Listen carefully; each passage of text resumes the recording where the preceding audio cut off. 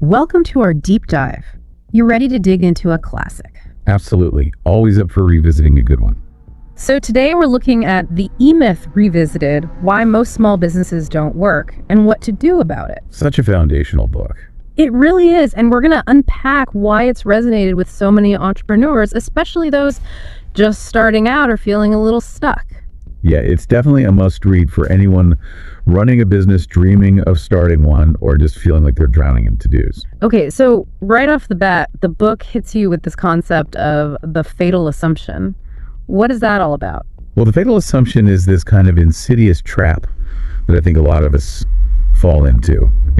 It's that idea that if you're good at something like the technical work of your business, you'll naturally be good at running a business doing that thing. Right. So just because you're an amazing baker doesn't mean you'll automatically be a successful bakery owner.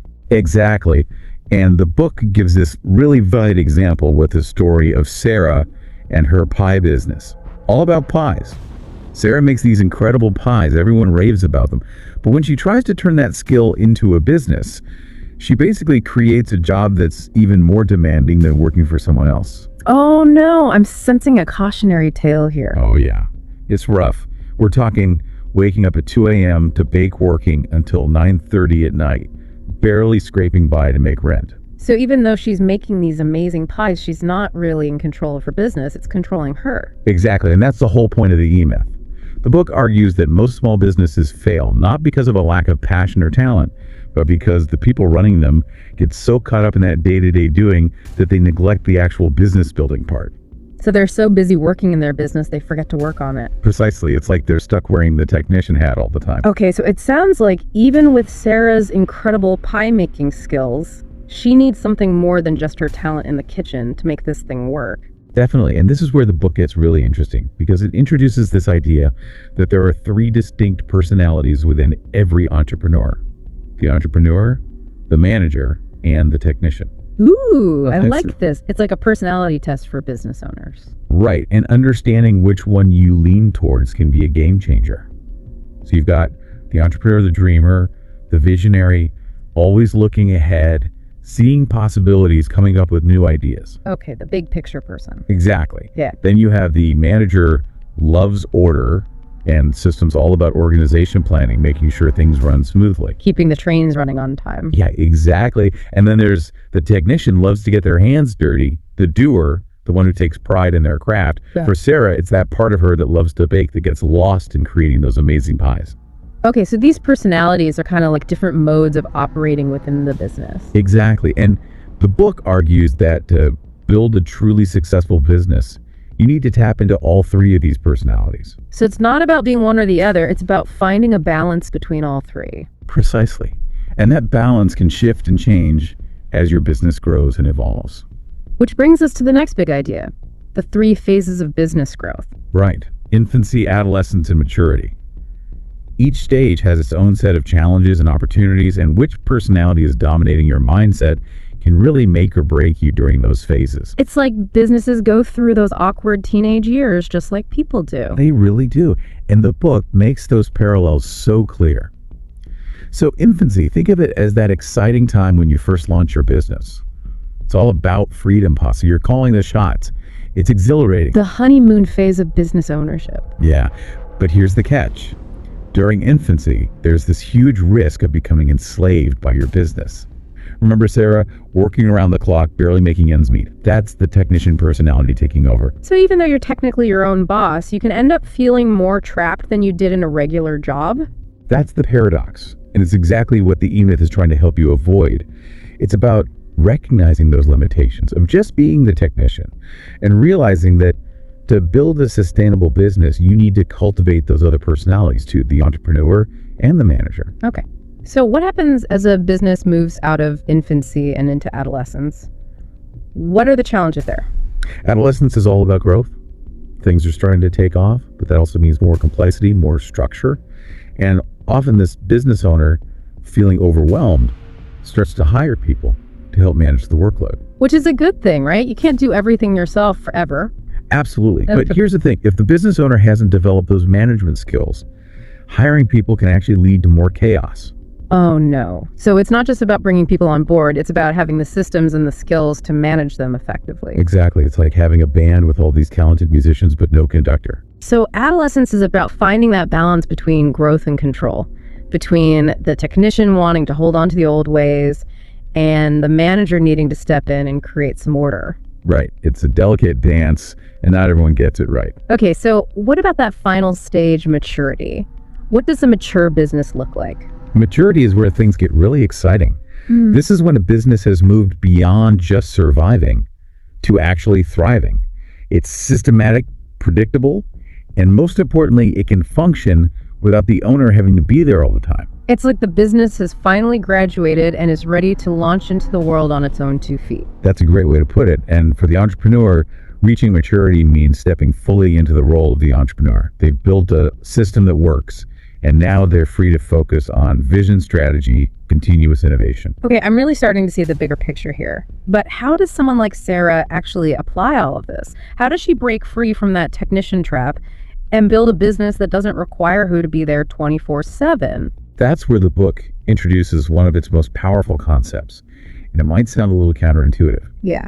The turnkey revolution and the idea of building a franchise prototype. A franchise prototype.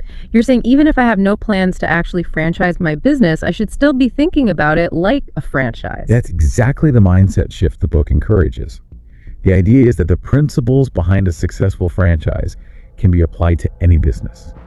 It's about thinking about your business as if you were going to franchise it, as if you were going to hand over the keys to someone else to run. Okay, so even if I'm just running a small pie shop, I should be thinking about how to create a system that could be replicated in multiple locations. Precisely because that forces you to think about system standardization scalability.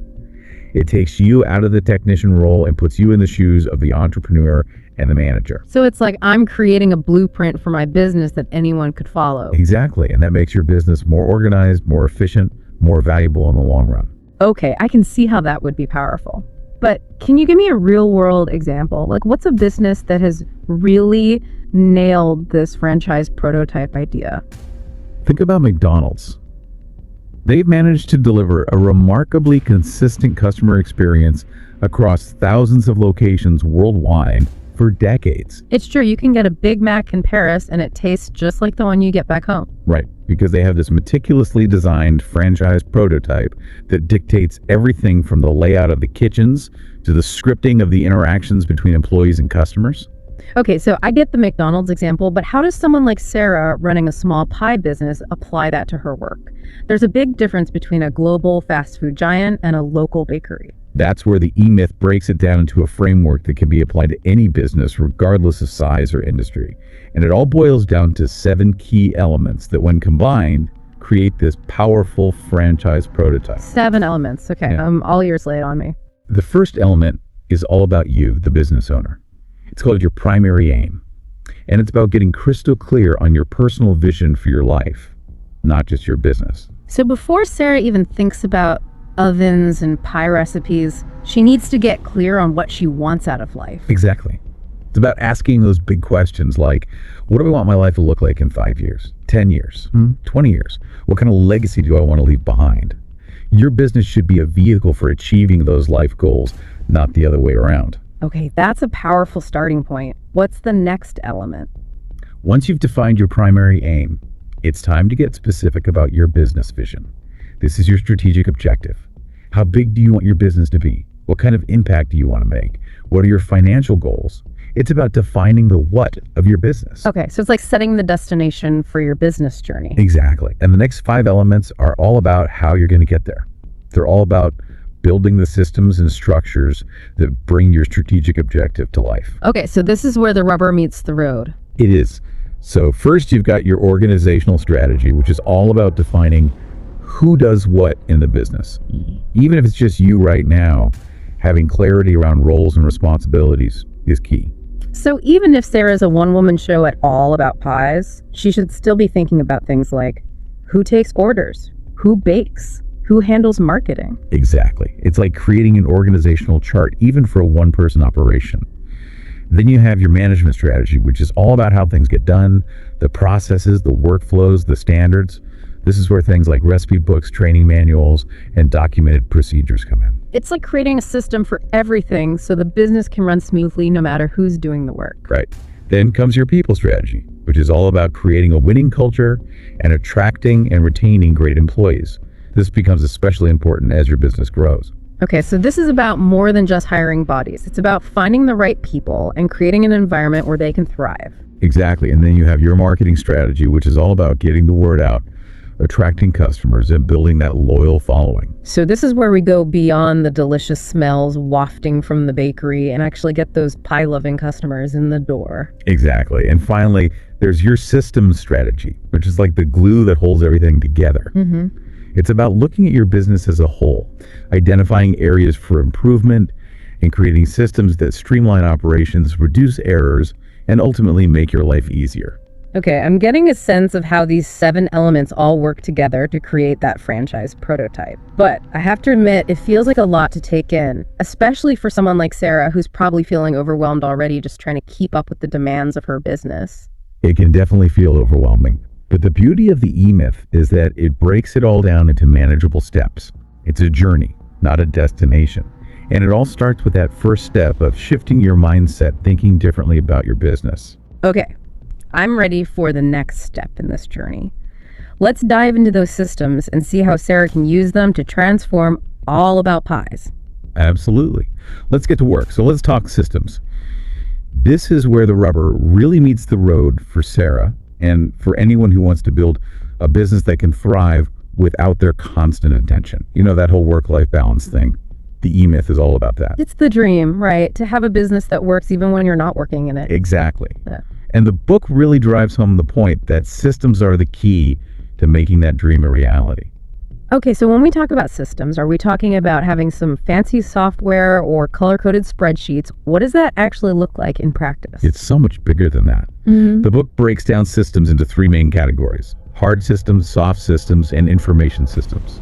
And each one plays a crucial role in creating that well-oiled business machine we're talking about. Okay, I'm intrigued. Let's break those down. What exactly are hard systems? Hard systems are the tangible things in your business, the stuff you can see and touch. Think about Sarah's pie shop, the ovens, the display cases, the cash register, the layout of the shop itself. Those are all hard systems. So it's like the physical infrastructure of the business. Exactly. And a well-designed hard system can make a huge difference in terms of efficiency, productivity, even the customer experience. Yeah, I can see how that would apply to Sarah's pie shop. If her ovens are constantly breaking down or the layout of her shop is confusing, it's going to impact her bottom line for sure. Exactly. It's all about creating a physical environment that supports the smooth operation of the business. Okay, what about soft systems? Those sound a little more abstract. Soft systems are all about how people interact within the business, with each other and with customers. Think things like communication protocols, training manuals, customer service scripts, even the way employees answer the phone. So it's about standardizing those processes and interactions to create a more consistent experience. You got it. Yeah. The idea is that no matter who the customer interacts with or what they're ordering, they have a predictable, positive experience. And that's where the franchise prototype mindset comes in. If Sarah were to actually franchise All About Pies, she'd need to make sure that every location offered that same level of quality and service. So it's about creating a system that's replicable even if you're not literally franchising. Exactly. And soft systems are a huge part of making that happen. Can you give me an example of a soft system in action? I'm having a little trouble picturing how this would work in Sarah's pie shop. The book tells this great story about a problem they had at their own company, E-Myth Worldwide. They'd moved into a new office, and people kept getting blue ink all over the walls from leaning against them while writing. Oh no, I've definitely seen those mystery blue ink stains in offices. Right, it seemed like a classic people problem. Yeah. You can't really control how people behave, can you?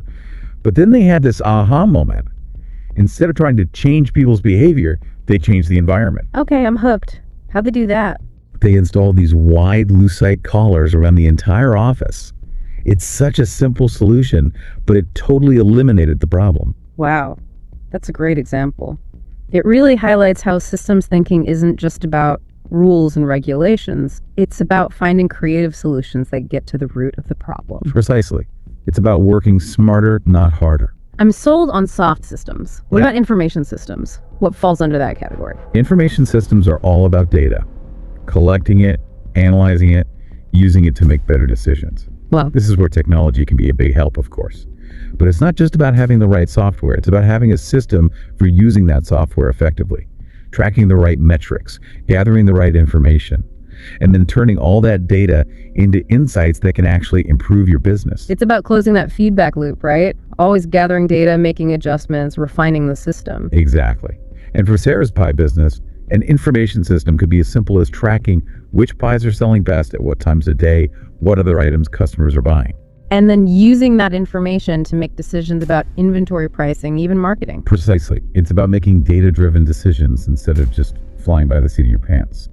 Okay, so we've got these 3 types of systems all working together to create a more efficient, more effective business. But let's be honest, creating all these systems sounds like a lot of work. Where does someone like Sarah even begin? It can definitely feel overwhelming. But remember that building a successful business is a journey. It's not about doing everything at once, it's about taking it one step at a time. And the E-Myth provides a really clear roadmap for developing each of these systems. Okay, so what's step 1 on this system building journey? The first step is to identify your prototype activities, the tasks that are essential to the operation of your business, the things that absolutely have to happen for the business to function. So for Sarah, her prototype activities would be things like baking pies, taking orders, serving customers, managing inventory. Exactly. Those are the core tasks that make her pie business run. And once she's identified those prototype activities, she needs to start thinking about how to systematize them. Okay, so walk me through that process. What does it actually look like to systematize a prototype activity? Let's take baking pies as an example. One of Sarah's goals should be to make sure her pies are consistently delicious, regardless of who's doing the baking. Right? So to systematize that activity, she might create a detailed recipe that outlines the exact ingredients and measurements. So it's not just relying on intuition or experience. She's creating a clear set of instructions that anyone can follow. Right. She might also develop a step-by-step process for mixing, rolling, and baking the dough. And then maybe a quality control checklist to ensure each pie meets her standards. And of course, a training program for new employees so everyone's on the same page. It's about taking something that Sarah might do instinctively and breaking it down into a system that anyone can learn and replicate. Exactly. And that's the power of systems thinking. It allows you to create a business that's not dependent on any one person, including yourself. That's a game changer for sure. But what about those things that come up unexpectedly? The situations that aren't covered by the system? How does Sarah handle those curveballs? That's where the operations manual comes in. Okay, I've heard of operations manuals, but I always imagine them as these giant, boring rule books. It's so much more than that. Think of it as a living, breathing document that captures all the knowledge, the processes, the systems that make your business work. Yeah. It's like the brain of your business containing all the information you and your team need to operate smoothly and efficiently. Okay, so what kind of things would go into Sarah's operations manual? Everything. From her recipes and baking procedures to her customer service protocols, her marketing strategies, you name it. It would also include things like job descriptions for each role in the business, training materials for new employees, troubleshooting guides for common problems, emergency procedures for unexpected events. Wow, it's like a comprehensive guide to everything Sarah needs to know about running All About Pies. Exactly. And the beauty of an operations manual is that it's constantly evolving. As Sarah encounters new challenges and develops new solutions, she can add those to the manual, ensuring her team always has access to the latest information. It's a living document that grows and adapts along with the business. Exactly. And having a well-maintained operations manual can be a lifesaver for entrepreneurs. It creates clarity, consistency, accountability. It empowers your team to solve problems on their own. And it frees you up to focus on the bigger picture. Okay, I'm starting to see the light here. But creating an operations manual sounds like a massive undertaking. Where do you even begin? It is an investment of time and effort, no doubt about it. But it's an investment that pays off big time in the long run. Think of it this way. Every time you encounter a problem or have to answer the same question multiple times, it's an opportunity to add that information to the operations manual. So you're turning those everyday frustrations into opportunities to improve the system. Exactly. And the more comprehensive your operations manual becomes, the more freedom you have to step away from the day-to-day and focus on those big picture strategic decisions. Okay, this is all starting to make a lot of sense, but we've been so focused on the systems for the baking itself. What about those other aspects of the business? Things like marketing and customer service, where do those fit into the picture? Those are all part of the franchise prototype, remember?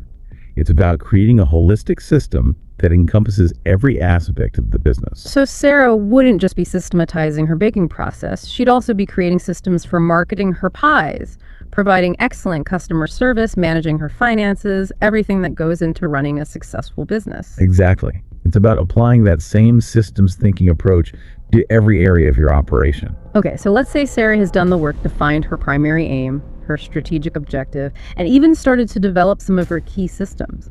What's the next step in this franchise prototype journey? The next step is to start thinking about her team. Remember the people strategy. It's time to put that into action. Sarah needs to find people who share her passion, her values, her commitment to excellence. People who can help her bring that vision to life. So she's not just hiring employees, she's building a team of passionate pie enthusiasts who are as dedicated to all about pies as she is. That's the idea. And the book really emphasizes how important this is. It's not just about finding people with the right skills, it's about finding people who are the right fit for your culture. So how does Sarah actually go about finding and hiring these amazing people? It all starts with understanding the roles and responsibilities within the business. Remember that organizational strategy. She needs to know exactly what positions need to be filled and what skills and experience are required for each role. So it's back to the organizational chart, making sure everything is clear and up to date. Right. Once she knows what roles to fill, she can create detailed job descriptions outlining the responsibilities, the skills, the experience required for each position. It's like a blueprint for each role in the business. Exactly. And these job descriptions become super important for attracting the right candidates. They serve as a filter, weeding out those who aren't a good fit and attracting those who are aligned with Sarah's vision. So it's not just about finding people who are qualified, it's about finding people who are excited about the opportunity to be a part of All About Pies. Exactly. And once Sarah has a pool of qualified candidates, the interview process begins. And this is where things get really interesting because the E-Myth encourages entrepreneurs to ask questions that go beyond just skills and experience. So it's not just about what's your experience with baking or how many years have you worked in a bakery. It's about digging deeper. Right. It's about asking questions that uncover the candidate's values, their motivations, their aspirations. Questions that help you understand who they are as a person, not just as a potential employee. Okay, give me some examples. What kind of questions should Sarah be asking? She could ask things like, what are you most passionate about? What are your greatest strengths? What are your weaknesses? What are you looking for in a work environment? What are your long-term goals? Those are great questions. I can see how those would give you a much better sense of whether someone is truly aligned with your vision. Exactly. And then once Sarah has found the right people, it's crucial to have a really solid onboarding process to set them up for success. So it's not just about hiring them and then throwing them into the deep end. No, it's about providing them with the tools, the training, the support they need to thrive in their new roles. And that's where her training program comes in. Okay, let's talk training. What should Sarah's training program look like? What are some of the key things she should cover? Her training program should cover everything from the technical aspects of baking pies to the soft skills of customer service and communication. It should also include a thorough overview of all those systems and processes we've been talking about. So it's about consistency, creating that same great experience for both employees and customers. Exactly. And the book emphasizes the importance of making training engaging and interactive, even fun. Because no one wants to sit through a boring training session. It's exactly. Learning should be enjoyable. And a well-designed training program will not only give Sarah's employees the skills they need to succeed, it'll also create a sense of camaraderie and teamwork. It's like they're all going to pie school together. Yeah, it's like pie school. Learning the secrets of the trade, bonding over their shared love of all things pie. Okay, I love that analogy. So Sarah's got this amazing team. Everyone's trained up, ready to go. What's next? Now it's time to spread the word. This is where that marketing strategy comes into play. Sarah needs to make sure she's reaching those pie-loving customers and building a loyal following. for All About Pies. Okay, so this is how we get people beyond just smelling those delicious pies wafting out of the bakery. We've got to actually get them in the door. Exactly. And the book really stresses that marketing is about so much more than just advertising or slapping up a few flyers. It's about creating a brand that resonates with your ideal customer, that speaks to what makes your product or service truly special. So it's about crafting a story, an experience, an emotion even, that goes beyond just a slice of pie. Exactly. It's about tapping into what makes people crave that taste of something homemade, something comforting, something that evokes warm memories. You know those commercials that make you feel all warm and fuzzy inside? That's the kind of connection Sarah wants to create with her marketing. Okay, but how does she actually do that? Does she need to hire a fancy marketing agency or shell out a ton of money on advertising? Not necessarily. The book encourages entrepreneurs to get creative and strategic with their marketing. Think outside the box. It's about finding ways to connect with your ideal customer on a personal level and build relationships that go beyond just a transaction. So what are some practical things Sarah can do to get the word out about All About Pies? Well, she could start by building a strong online presence. Create a website, get on social media, maybe even start an email newsletter where she shares recipes, stories behind the scenes, peeks at the bakery. So it's about creating a community around her brand, giving people a place to connect and share their love of pie. Exactly. And then there are offline opportunities too, partnering with local businesses, sponsoring community events, offering free samples at the farmers market. So it's about meeting those customers wherever they are, whether it's online or in person. Right. And the book really stresses the importance of consistency. It's not about launching a big campaign and then disappearing. It's about showing up regularly, building those relationships over time. Just like with any other aspect of the business, consistency is key. You got it. And the more Sarah engages with her customers and builds those relationships, the stronger her brand will become, and the more those pie lovers will keep coming back for more. Okay, so we've got systems in place, the team's rocking it, marketing is on point. What's next? Is Sarah finally free to kick back, relax, and watch the pie dough roll in? Well, building a business is always an ongoing process. It's about constantly learning, growing, and adapting. But the beauty of the franchise prototype is that it lays the foundation for that sustainable success that we all crave. The kind that lets you step away without everything falling apart. So even though there's always work to be done, Sarah can feel confident knowing that she's built a system that can support her vision even when she's not there every second of every day. Precisely. And that's the ultimate goal of the E-Myth, to help entrepreneurs create businesses that give them more freedom, not less. This has been such a fantastic deep dive into the E-Myth. We've covered so much, but I think the biggest takeaway for me is that idea of the primary aim. It's so easy to lose sight of that in the day-to-day hustle. But taking the time to define your personal vision for your life, that's where the real magic happens. Couldn't agree more. When you know why you're doing what you're doing, the how becomes so much clearer. So to all our listeners out there, I encourage you to take some time to reflect on your own primary aim.